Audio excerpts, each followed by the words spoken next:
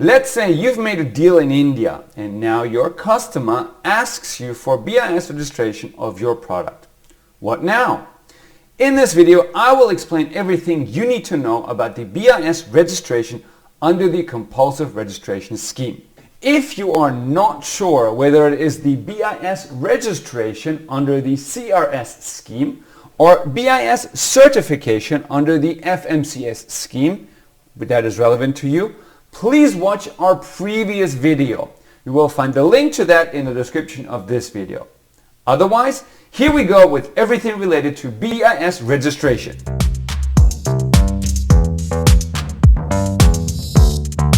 Alright, the compulsive registration scheme, in short CRS, which is the basis for this BIS registration, was introduced in 2010. As described in the previous video, it mainly covers smaller electronics such as multimedia and IT equipment, control units, LEDs and others. Some exceptions from other sectors are solar cells and their peripherals, as well as phosphoric acid, the only non-electrical product so far. All of the 76 product categories currently subject to BIS registration can be found on our website under Find Your Product. But for now, let's get into the process and some other details about BIS registration. Simply put, BIS registration consists of application, product testing in India, and marking. Now, this sounds quite simple at first, but please note that a company registered in India has to submit the application officially. Now, that's why you cannot submit the application yourself from the UK or the US or wherever you are, but must necessarily have a local representative in India. This local representative is called an Authorized Indian Representative, or AIR for short. Now, if you do this certification with us, our Indian office in New Delhi will of course act as your representative, so you don't have to worry about this. Approximately 2 to 4 weeks after you submit the application through your local Indian representative, the BIS will appoint a laboratory where the product will be tested. So, depending on the type of product, you will send a varying number of test samples to India.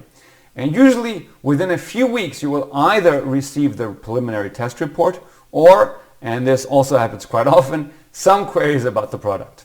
Now, it is important here that you check the preliminary test report carefully yourself, as it is quite possible that the test lab made some mistakes in the report.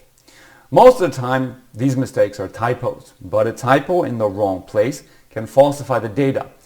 And that's why it's important that you then use your experience of tests on your product to shed some light on that data. Because once the report has been confirmed, it cannot be corrected afterwards.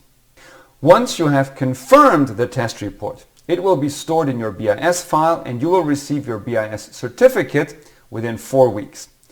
However, at this point, you are not yet ready to start. You must first mark the products. Now, we will have explained to you how to mark the products already in the application phase, so you will be perfectly prepared for that marking. Alright, so much for the individual steps involved in BIS registration. As far as costs are concerned, the administrative fees usually account for the largest share of total costs. Expect to pay around $2,500 here, plus some consultancy fees.